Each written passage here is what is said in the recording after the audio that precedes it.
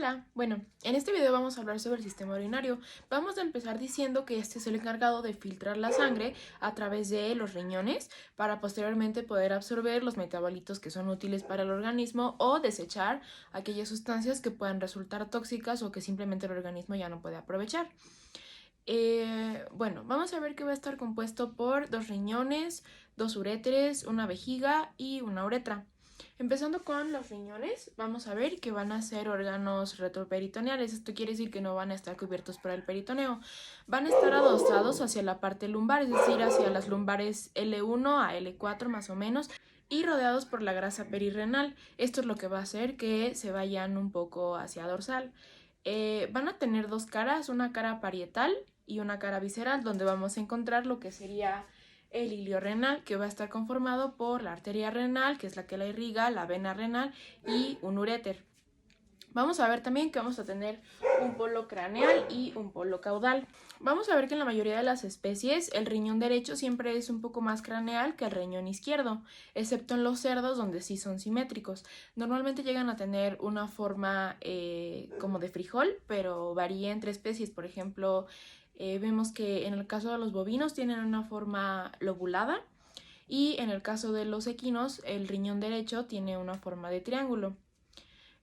Bueno, vamos a ver las partes. Como es un órgano parenquimatoso, pues entonces va a contar obviamente con una corteza, que sería como la cápsula. Posteriormente va a contar con una médula. Vamos a ver también que cuenta con estas que serían las pirámides renales. Y esta parte de aquí, que se conoce como la pelvis renal, es donde ya cuando se va produciendo la orina, aquí es donde se va concentrando. Y este sería el uréter. Vamos a ver que la unidad funcional del riñón son las nefronas y que, bueno, hablando de los glomérulos, estos van a ser los encargados de filtrar la sangre. Vamos a tener principalmente lo que es el glomérulo, que sería aquí, también conocido como la cápsula de Bowman. Estaría aquí. El recorrido que lleva entonces luego sería por un túbulo contorneado proximal que bajaría hacia aquí. Luego esta zona de aquí que se conoce como asa de Henle, luego vuelve a subir hacia un túbulo contorneado distal y posteriormente sale hacia los túbulos conductores. Después de los túbulos conectores, entonces va a llegar hacia la pelvis, primero pasando por los cálices menores y los cálices mayores, que van a servir como una especie de cisterna, que bueno, cuando ya se llena, entonces puede fluir la orina. En el caso, por ejemplo, de los bovinos, vamos a ver que ellos no cuentan como tal con una pelvis renal y que solamente cuentan con cálices mayores, no con cálices menores. Luego vamos a tener lo que son los uréteres, que pues son órganos tubulares muy simples que no van a tener movimiento de ningún tipo. Estos van a conducir la orina desde los riñones hasta la vejiga. Van a llegar de forma oblicua hacia la vejiga, van a ser también retroperitoneales. Y bueno, van a llegar de forma dorsal a ella para evitar que haya algún tipo de reflujo. Posteriormente llegamos a la vejiga, que bueno, también sería un órgano tubular, va a contar con las capas serosa, muscular y mucosa. El músculo de la vejiga se va a llamar músculo detrusor. Y bueno, vamos a ver que la vejiga va a contar con varias partes. Esto sería craneal, esto sería caudal. Primero tendríamos entonces el vértice, el cuerpo y el cuello. Esto sería dorsal, esto sería ventral. Esto, bueno, viéndolo en un corte longitudinal, pero bueno, si hiciéramos un corte transversal, veríamos esto. Aquí tenemos lo mismo, estos son los uréteres, que bueno, vamos a ver que van a desembocar en esta zona, en lo que serían los 2 orificios ureterales. Esta sería la serosa, este sería otra vez el músculo detrusor, que bueno, vamos a ponerlo por aquí. Esta, aquí desembocaría, esta sería la uretra. Y bueno, vamos a ver que a la zona entre los 2 orificios ureterales y el cuello de la vejiga se le va a conocer como el trígono. La vejiga va a estar sostenida principalmente por 3 ligamentos. Vamos a tener 2 ligamentos triangulares en las zonas laterales, un triangular izquierdo, un triangular derecho, y luego vamos a tener el ligamento mediano, que bueno, va a estar sobre el plano mediano en la parte ventral. Este proviene del ligamento uraco, que es pues en la etapa fetal de gestación, por la que el producto orina, que se va a través del cordón umbilical y que llega pues hasta lo que sería el líquido amniótico, que cuando el animal nace se cierra y forma lo que conocemos como el ligamento mediano de la vejiga. Ahora vamos a ver lo que es el aparato genital, primero de la hembra y luego del macho. Vamos a ver que comparte algunas partes como sería la uretra con lo que es el sistema urinario. Bueno, en cuanto a la hembra, vamos a ver que va a estar compuesto por diversos órganos, la mayoría de ellos son tubulares, pero sí hay otros que son parenquimatosos, como el primero del que vamos a hablar, que son los ovarios. Vamos a ver que van a ser los órganos de tipo glandular, van a ser parenquimatosos, van a ser los encargados de generar los óvulos y también ciertas hormonas de tipo reproductivo. Van a contar con una corteza y con una médula. Bueno, en cuanto a su situación, vamos a ver que en las yeguas, en las cerdas, en las perras y en las gatas se va a encontrar en el techo de la cavidad abdominal, en la parte ventral de las vértebras lumbares y caudal a lo que serían los riñones. Mientras que en las vacas pues lo vamos a encontrar en la entrada de la cavidad pélvica, craneal a lo que serían las tubas uterinas. Vamos a tener un borde mesovárico, que es donde vamos a encontrar el hilio ovárico y también la inserción del ligamento mesovárico, y también vamos a tener un borde libre. Vamos a tener también un extremo tuvárico donde el ovario se va a unir con las tubas uterinas, y vamos a tener un extremo libre donde se va a unir con el útero. Bueno, vamos a ver que en el caso de los carnívoros, así como también de los bovinos, va a tener una forma ovoide y elongada, mientras que en el caso de los pequeños rumiantes podría presentar una forma aplanada, mientras que en el caso del cerdo va a tener una forma tuberculada, y en las yeguas lo que vamos a ver es que van a tener un hilio bastante desarrollado. Habíamos dicho que teníamos una corteza y una médula. Y bueno, vamos a ver que en la corteza es donde se lleva a cabo la formación de ovocitos, mientras que en la médula pues va a estar llena de muchos vasos sanguíneos. Bueno, aquí tenemos un esquema de cómo sería un óvulo con todos sus folículos en sus diferentes fases. Hay más, pero aquí pusimos las más importantes, que primero serían estos pequeños, que serían los folículos primordiales. Posteriormente vamos a tener lo que sería un folículo maduro, también conocido como folículo de Graf. Luego esta parte ya sería la ovulación, donde el ovocito ya está saliendo de la estructura. Luego pues este es un tejido que tiene que cicatrizar, por lo que se forma lo que conocemos como el cuerpo lúteo, y posteriormente el cuerpo albicans. Pero bueno, vamos a ver que por ejemplo en la yegua esto es al revés, la médula se encuentra en la periferia y la corteza se encuentra en el centro, y también tiene una fosa ovárica que es bastante desarrollada. Todo este aparato tiene diversos medios de sostén, diversos ligamentos, que ya habíamos dicho que se llaman mesos, y que bueno, son los que van a sostener esta estructura. Primero vamos a tener el ligamento intercornual, que aquí no se ve pero estaría en esta zona. Luego vamos a tener el ligamento propio del ovario, que estaría aquí. Luego tenemos el ligamento suspensorio, es estos que vemos aquí. Posteriormente tenemos el ligamento ancho, que va a estar conformado por el mesometrio, el mesosalpinx y el mesovario. Y luego vamos a tener el ligamento redondo, que se encuentra aquí. Este sería el ligamento ancho y el ligamento redondo es este pequeño que vemos aquí. Luego pues vamos a ver las tubas uterinas, es el siguiente órgano, que van a ser pues un órgano tubular, que su función va a ser llevar los óvulos desde los ovarios hasta el útero. Y va a tener diversas partes. Primero vamos a tener el infundíbulo, que sería esta zona de aquí. Tiene esta estructura que se llama fimbria, que es la que va a estar en contacto directo con lo que sería el ovario. Posteriormente vamos a tener un ensanchamiento de estas tubas, y a eso le vamos a conocer como ampolla, sería esta parte de aquí. Y posteriormente tendríamos el istmo, que ya es lo que se va a unir a los cuernos. El siguiente órgano es el útero, que va a ser un órgano tubular, también va a tener varias capas, pero en este caso se van a llamar de superficial a profundo el perimetrio. Posteriormente tendríamos el miometrio, que es como el músculo, y la capa más interna sería el endometrio. Hay una peculiaridad en bovinos, la placenta presenta unas estructuras llamadas cotiledones, que se van a unir con las carúnculas, que son propias de la mucosa del útero en esta especie, para formar lo que sería un placentoma, como en esta imagen. Y bueno, este órgano va a presentar varias porciones. La primera serían los cuernos, que vemos aquí. Estos son los cuernos. Luego tendríamos el cuerpo, que es esta parte pequeña de aquí, que es donde se unen los cuernos. Y luego tendríamos el cérvix, que es esta parte donde se estrecha y que nos va a dividir lo que sería el útero del vestíbulo vaginal. En cuanto a los cuernos uterinos, pues sí tenemos diferencias entre las especies. Por ejemplo, en el caso de la yegua, pues se dice que son unos cuernos rectos y cortos en comparación con el cuerpo del útero. Luego, en el caso de los carnívoros, pues también van a ser rectos, pero van a ser alargados y delgados. Luego, en el caso de la cerda, pues vamos a ver que se dice que se asemejan como asas intestinales porque son sinuosos. Y bueno, en el caso del bovino se dice que están doblados en dirección dorsoventral, se dice que tienen una forma como de cuernos de carnero.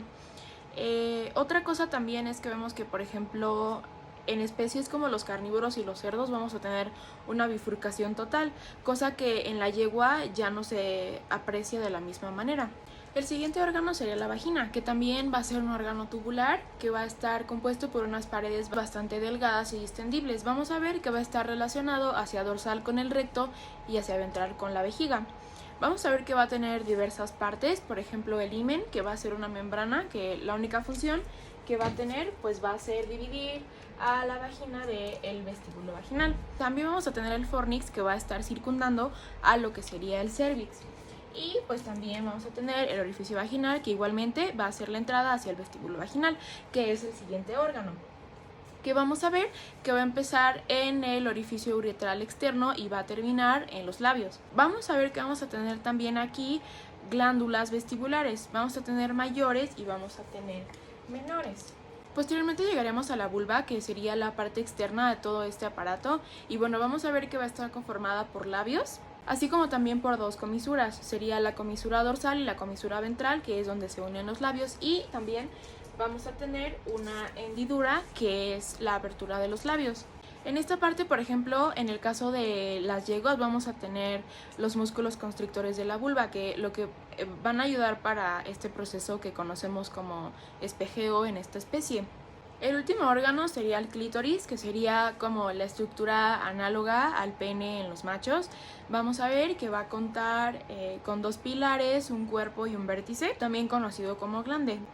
Vamos a contar con cuerpos cavernosos, así como también con un prepucio. La irrigación de todo esto va a estar dada, bueno, en el caso del útero por la arteria uterina y la vena uterina, y en el caso de los ovarios por las arterias ováricas y las venas ováricas. La inervación en el caso del ovario va a estar dada por el nervio vago y por el plexo mesentérico caudal, y en el caso de los demás órganos va a estar dado por el plexo pelviano.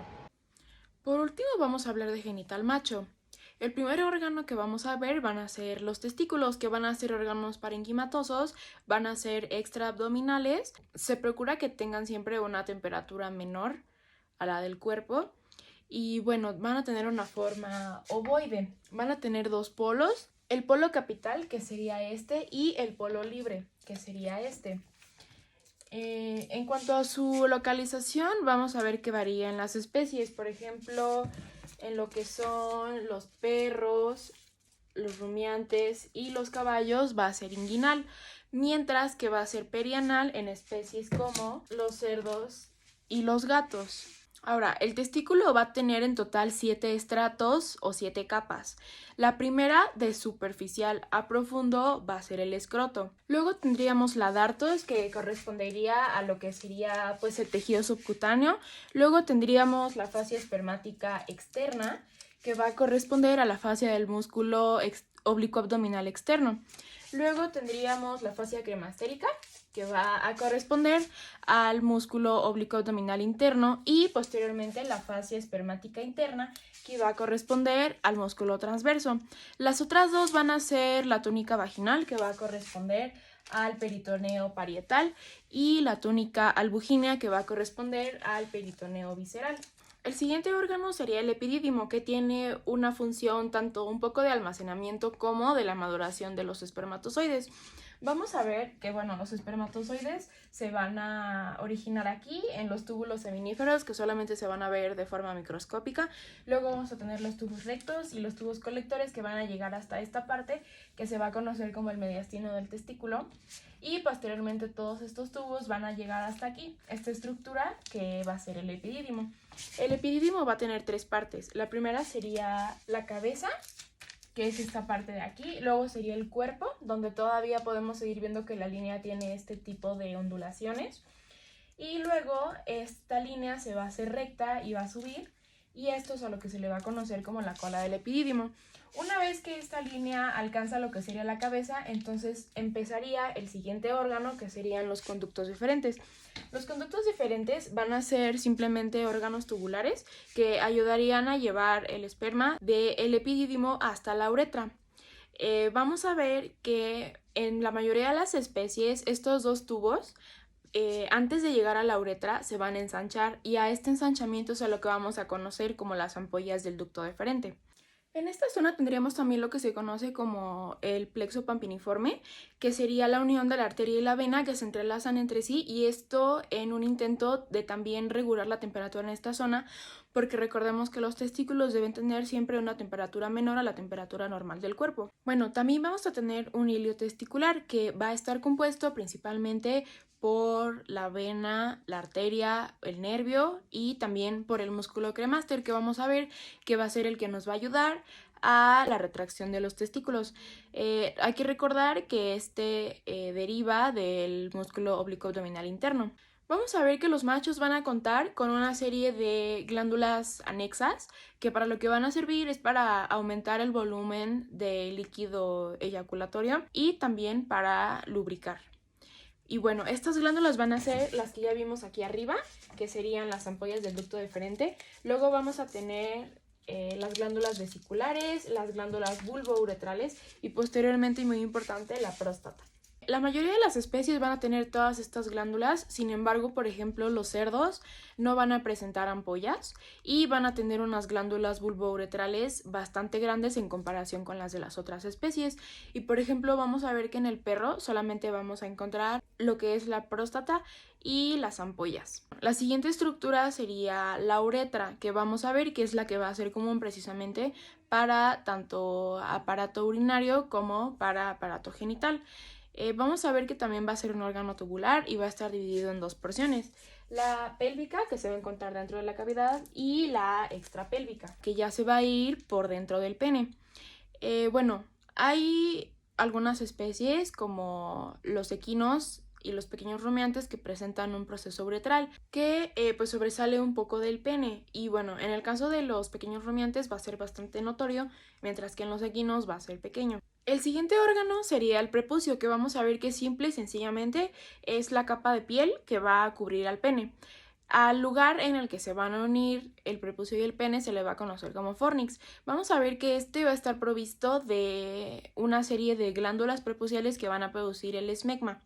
El esmegma vamos a ver que es importante porque se encuentra lleno de feromonas, y por ejemplo, en el caso del cerdo vamos a ver que esta especie presenta un divertículo prepucial que para lo que va a servir va a ser para la almacenación del esmegma. Y bueno, esto va a hacer que la secreción y el olor en general de estos animales sea un poco más fuerte porque la concentración de feromonas pues es mayor. Bueno, el siguiente órgano sería el pene. Vamos a ver que va a tener básicamente 3 porciones que van a ser la raíz, el cuerpo y el vértice o glande. A la raíz vamos a ver que también la vamos a conocer como el bulbo del pene. El bulbo del pene vamos a ver que se va a encontrar ventral al ano, y que bueno, los músculos más importantes que nos van a ayudar con este órgano pues van a ser el músculo retractor del pene, el músculo isquiocavernoso y el músculo bulbo esponjoso. Algo importante es que por ejemplo en los rumiantes y en los cerdos existe lo que se llama la flexura sigmoide, que simple y sencillamente es que esta estructura hace una forma de S que se pierde cuando existe una erección y estos músculos se relajan. Vamos a ver que por ejemplo este sería un corte transversal del pene, Y vamos a ver que vamos a tener dos estructuras, el cuerpo cavernoso y el cuerpo esponjoso. Estas estructuras se van a llenar de sangre cuando hay una erección y, por ejemplo, el cuerpo esponjoso va a estar rodeando a lo que sería la uretra, por lo que va a reducir su luz y entonces va a permitir que salga el líquido con una mayor presión. En este esquema, este sería el cuerpo cavernoso en rojo y el azul sería el cuerpo esponjoso. En cuanto al pene, pues vamos a tener dos tipos. El fibroelástico, que van a ser principalmente las especies que cuentan con una flexura sigmoide, que van a ser pues principalmente el cerdo y el rumiante. La característica de este va a ser que, como tienen esta flexura, al momento de que haya una erección, este va a aumentar su tamaño, pero no porque los cuerpos cavernosos sean específicamente grandes, sino porque se está relajando el músculo, se está perdiendo la flexura y entonces estamos ganando longitud, cosa que es contraria en una estructura músculo cavernosa que la presentan los equinos y los carnívoros, porque en estos animales los cuerpos cavernosos y los esponjosos pues sí son bastante amplios, entonces pues es factible que se llenen de bastante sangre y aumenten su tamaño. Ahora, en cuanto al glande, vamos a ver que va a presentar diversas formas dependiendo de las especies. En el caso del cerdo vamos a ver que se dice que tiene una forma como de tirabuzón o sacacorchos. En el caso del equino va a tener una forma de hongo y en el caso de los perros va a tener lo que se conoce como el bulbo del glande. En el caso de los gatos va a presentar también estas pequeñas espículas.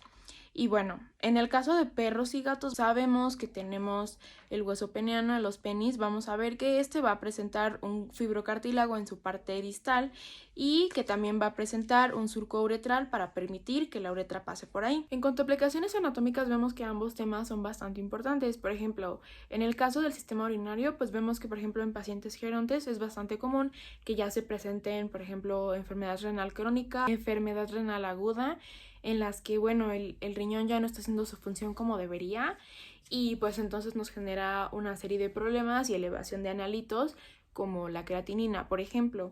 También es común en gatos que se presente la enfermedad poliquística renal, en donde también el órgano ya no está funcionando como debe y pues entonces se llena de quistes.